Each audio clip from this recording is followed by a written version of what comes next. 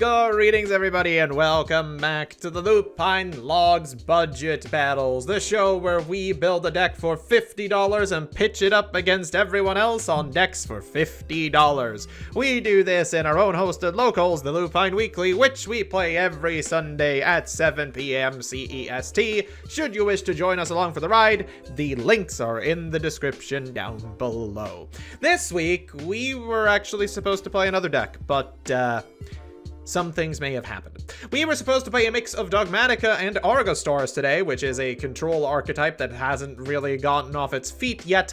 Unfortunately, one of the cards for that deck is currently not working as intended, and while the devs are working on fixing it, I can't do anything about it, and I would rather not play a deck with a broken card. So instead, we are playing Oops, all Dogmatika. The main strategy is typically the same as the Argostars variant, it's just that we lack some of the board interactions, which we have exchanged for more hand traps and more sort of search cards for the Dogmatika engine. Our main line is making Dogmatika Albazoa, which, as long as we have cards in our extra deck, for every two, we can send a card from our hand or extra deck to the graveyard, basically making our opponent have to pitch half of their board strategy straight into the graveyard. Alternatively, if we are going second, we can force them to return every extra deck monster to the extra deck. He's also just a big guy that is unaffected by everything from the extra deck, so generally speaking, if we can get him out, he is a pretty cool boss monster. Then, of course, we have the Dogmatika engine in all of its glory. I don't really know if we can call it that, but hey, it's something. We're playing 3 Dogmatika Ecclesia, being the main girl of the archetype, of course, 2 Dogmatika Maximus, because this deck essentially attempts to grind your opponent out of resources, and Maximus is one of the best way of doing that, 2 copies of Fleur-de-Lis as an on-field negate, 1 copy of Dogmatika Nexus, which is a Dogmatika card I don't think you see very often, cannot be normal summoned or sent, and must be special summoned by its own effect. You can target 4 Fusion, Synchro Exceed, and or Link monsters in the graveyards, specific their graveyards. Special summon this card from your hand, and if you do, banish them. At the start of the damage step, if this card battles a special summoned monster, not a extra deck monster, special summoned monster, destroy all your opponent's attack position monsters, then inflict 800 damage to your opponent for each extra deck monster destroyed. It is kind of just a beat stick. It comes up sometimes and not like, he takes up 1 spot in the deck, and even if you open him in your hand, you can usually do something with it at the very least. Hey, tournament registrations. Not for us. We also play a copy of Ashayan. Ashayan is a good summon off of our, where are you here? Off of our Lulu Waylith, I believe it is, that can summon this one, unless I am mistaken. Yes, it is Lulu Waylith. If we don't have another special summon target for Lulu Waylith, in case we opened Cartesia already, we can bring out an Ashayan just to have something on the board, and he kind of helps during the battle phase in case we get battled over. It comes up very rarely, but including a copy of it is not a necessarily bad idea. In addition to this, we also play 1 White Knight of Dogmatika, one of their other ritual monsters. You cannot special summon monsters from the extra deck, which we weren't really planning on doing anyway, and if your opponent activates a card or effect except during the damage deck, you can send a monster from your extra deck to the graveyard, and if you do, look at the opponent's extra deck and send one from theirs. This is basically an enabler for us to send something like Entis or Malong that are essentially interactions on the board, or we could send Meteorology to negate something. There's a bunch of interaction ways here that actually help us, interact with the board, I suppose. And then White Relic of Dogmatika is a level 4 ritual monster. It says if it's ritual summoned, you can target 2 face-up monsters on the field and make one of them gain attack equal to the other. Level 8 or higher Dogmatikas you control cannot be destroyed by battle, and if a monster is special summoned from your opponent's extra deck, we get to rip 1 from their extra deck. Generally, as you can see, our entire strategy here is to just run our opponent out of an extra deck and hope that's enough to just eventually beat over them, giving them no resources to work with. And if that doesn't work, we have a big-ass beat stick that we're hoping can end the game. We then have a bunch of search ways to do this. We have Fusion Deployment, which can only search 1 card in our deck, which is Cartesia, that I will touch on a little bit later. 3 Nadir Servant, which searches us literally any Dogmatika and lets us pitch one of the cards that we want in the graveyard anyway. 3 Pre-Preparation of Rites, which will search us the Dogmatika Macabre, as well as one of White Knight or, White Relic or White Knight. Then we have 3 Dogmatika Matrix, being the best card in this archetype. When it's activated, we can add a Dogmatika Ritual monster or Ritual spell from our deck to our hand. Then if our opponent controls a monster, we can add a Dogmatika card from our deck to our hand in addition, so it's a search 2 if we're going second. Once per turn, if we control a Dogmatika Ritual monster, we can look at either player's extra deck and send 1 monster from it to the graveyard.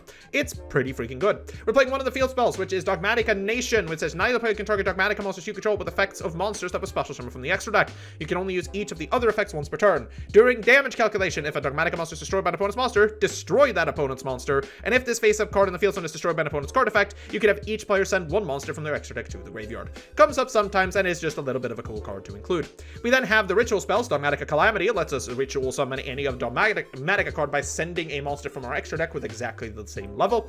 And Dogmatika Caber lets us use extra deck monsters from the graveyard in order to ritual summon. We then have a Shaddoll Schism, because we are playing the easy Shaddoll line of Apkalone, Construct, and Winda to prevent our opponent from special summoning more than once, hopefully floodgating them out of the game. In addition to that, then, let's talk Cartesia. Generally, what we want to be doing is we want to be activating Calamity to special summon Albazoa by sending Lula-Waylith through the graveyard. During the end phase, Lula-Waylith will special summon a monster, and in normal cases, we will special summon Cartesia. We can, as a quick effect, fusion summon a 1 level 8 or higher fusion monster using this and another card, which most of the time is going to be Dogmatika Ecclesia. If we do that, we are making Grungongenol, the Dusk Dragon. When it's fusion summoned, we can send 1 level 6 or higher light or dark monster from our deck or extra deck to the graveyard, which is the important thing here because we will be sending Malong. Sending Malong will allow us to spin a card our opponent controls, which is essentially a piece of interaction.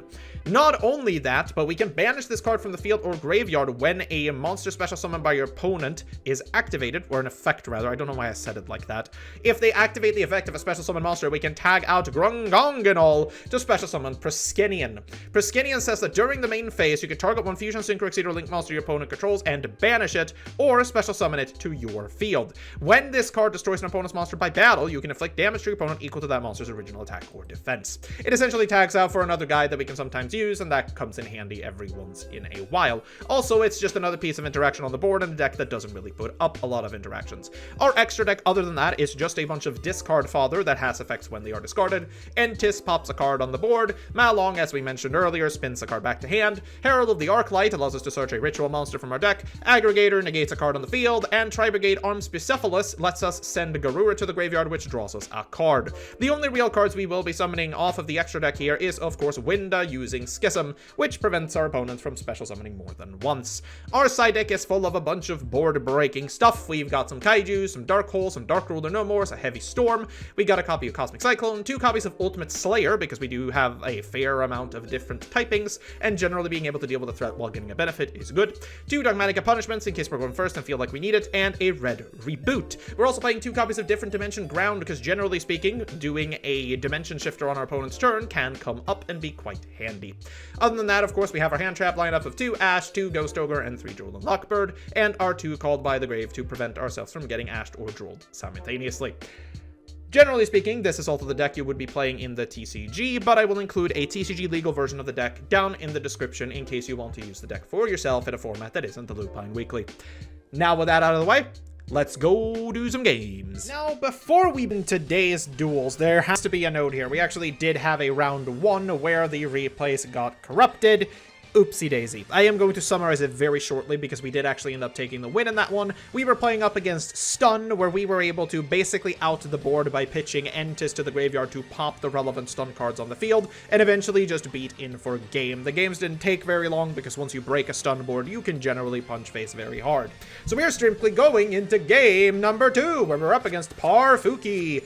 Parfuki, who's usually on Memento, is not on Memento today. He's playing Goatee. He's going to normal summon Paces, do nothing.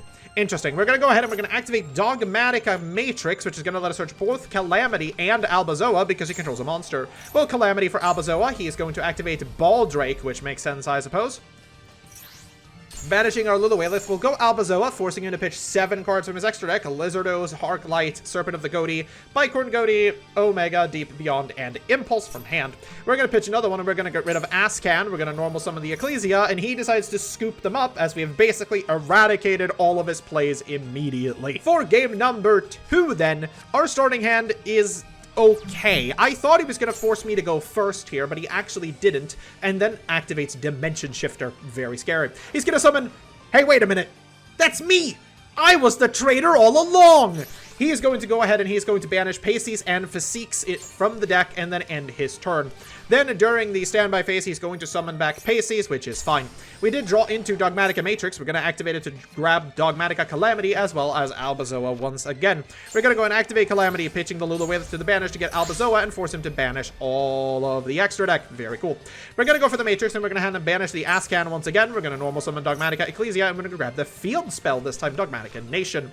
We're going to activate Dogmatika Nation, and he is going to go off here and go into the Orion Post, to which we are going to chain Fleur-de-Lis in our hand to negate the effect of Orion Post. He is going to go for the Hoppier Squadron and attempt to tag out, and he goes into Axel Stardust, but because he doesn't have anything available in his extra deck anymore, he tells me there's nothing he can do to break Albazoa, and we'll just take the win for round number 2.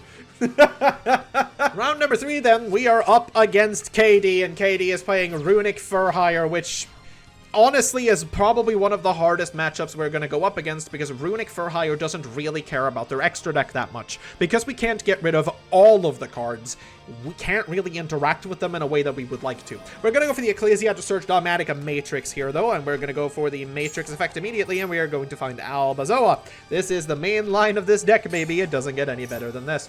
We're going to go into Albazoa. Albazoa is going to pitch 7 cards to the graveyard here. And we're going to pitch IP, Sprind, Donner, Unicorn, Folgo, Jin Buster, and Gigantic. We're then going to go ahead and we're going to activate the effect of our Matrix to send Arms Bicephalus 2 and then Garura away. We're then going to go for the Maximus and force him to pitch 2 more. He's pitching Mannequin Cat and the Underworld Goddess, to which we are going to search Schismus of Avalon and keep Titaniclad in the graveyard. We're going to set 2 and pass. This is going to activate Lulawith to summon Blazing Cartesia, and we are going to activate the Titaniclad to search Dogmatika Fleur-de-Lis, and that's about as good of a combo in this deck as we are going to get. He's going to go ahead and Flashing Fire immediately to bring out the Runic Wings. Who could have guessed? Here they are. Here's the Runic Fountain, and I bet you know how this is going to go. Going into main phase, he's going to activate the Fountain. He's going to fire off Tip. Tip is going to get Slumber. He's going to summon Rex. We are immediately going to go for the Fleur-de-Lis here, because we know Rex is a mainline combo in that deck. And he's going to go for Slumber, banishing a bunch of more cards, going for the Fountain to draw 3.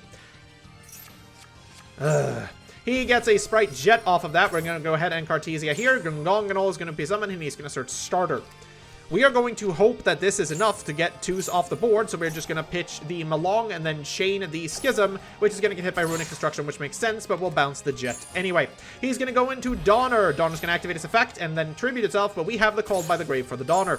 He has the Starter. He goes for Blue. Blue is going to activate its effect to search for Carrot, and Carrot is going to special summon itself. Regardless of all of our interactions, it just never stops with this deck. He then does actually set 1 pass, so we are free to pop off here, but unfortunately we draw Nexus for turn. We are going to go for Nexus, though, because it does actually play a role here, I suppose, even though there's no attack position monsters. We're going to summon it, banish a bunch of cards. This is going to activate Maximus to pitch a bunch of the other cards, to which we get Aggregator and Entis. We'll go for Entis, pop in the back row, and Aggregator negating the field spell, to which he goes for Mayhem for Hire, special summoning Rex. Rex will activate, and so will Fountain to draw a bunch of cards, but of course it's not going to work. He's going to get Rookie for Hire to his hand, and we kind of have to break the board and win the game here, or we're not going to do anything, but unfortunately, we don't have it. Nexus is going to activate, but there are no attack position monsters, so we'll simply have to beat over everything, and I forgot to attack with Gongonol, but don't worry about it, it will not come up. We get Cartesia back to our hand because there's a fusion summon monster, and we pass back to KD. KD gets a Fossil Dig, grabbing himself Rex, and you could probably imagine where this is going to go. He is going to normal summon Dompa, Dompa summoning Rex, Dompa effect popping the Maximus. Goes for the Sprite Jet, and then going Rookie for Hire to tag into Beat.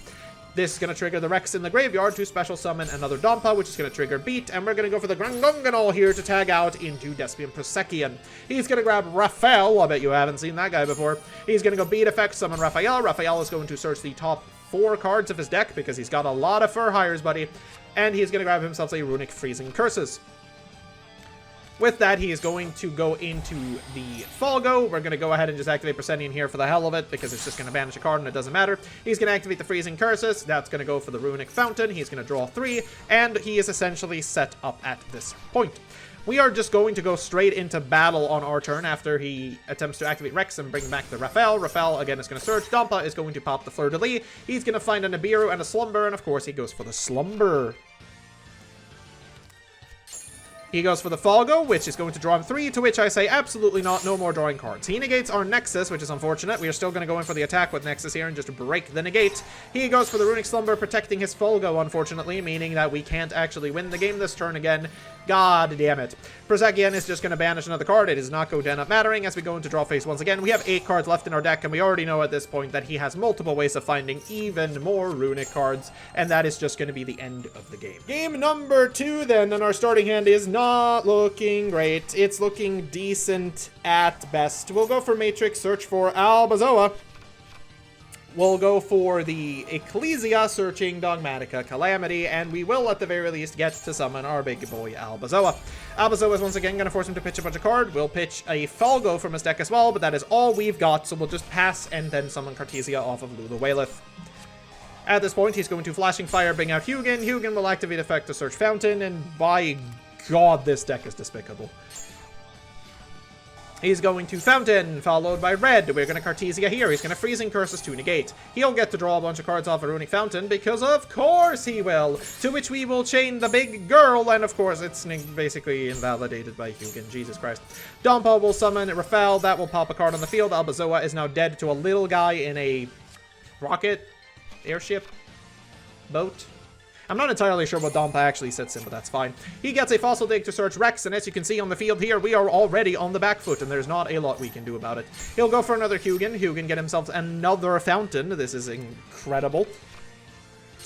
He'll go for Fountain for the hell of it. Here's Falgo. Falgo gets beat out of the deck. He goes to battle and passes to us due to the effect of his Runic cards.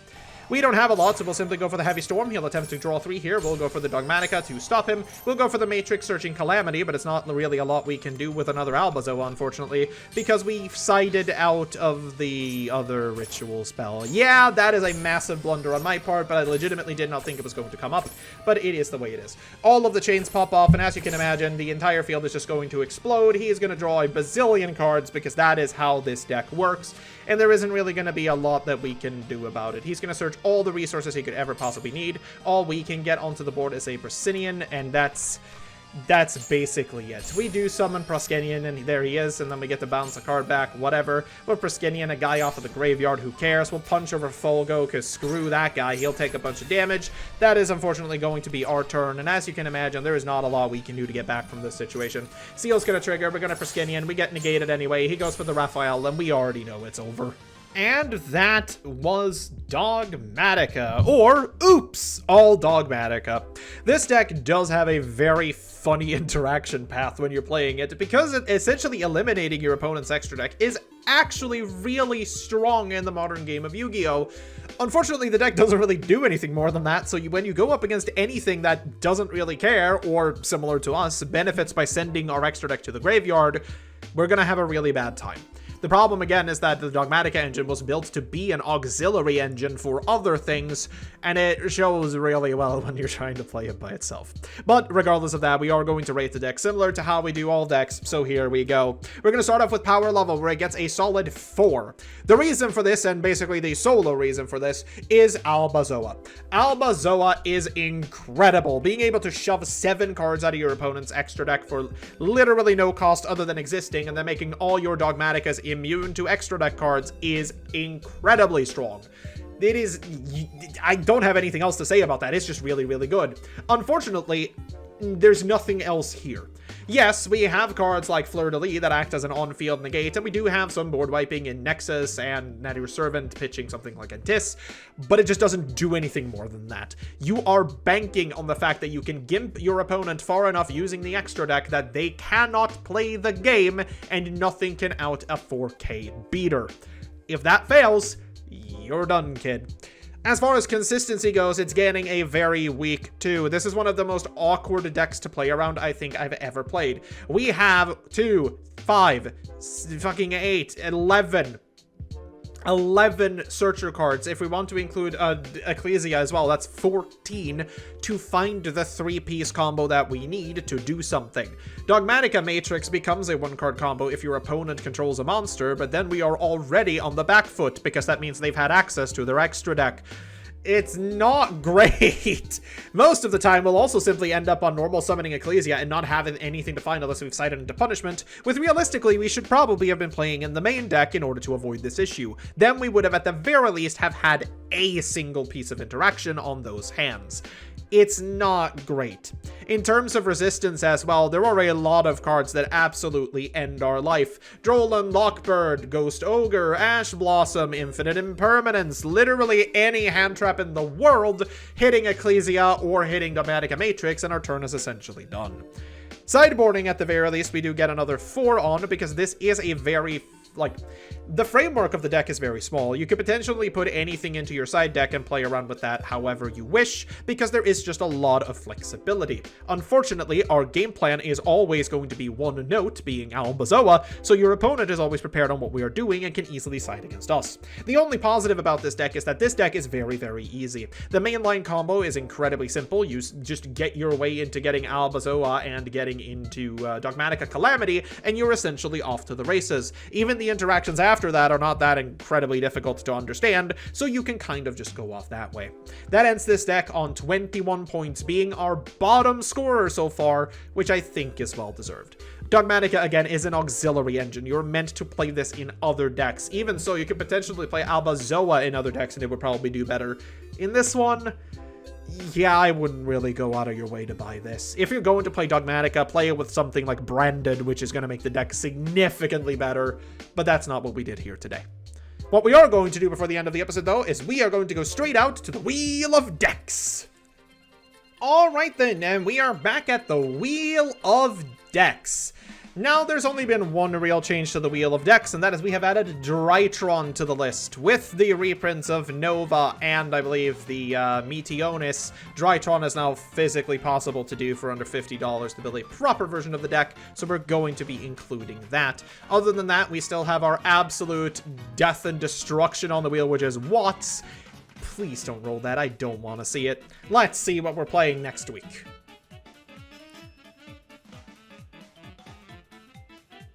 Okay, we're going to be bringing Exosister next week, the Exceed archetype that hates on the graveyard.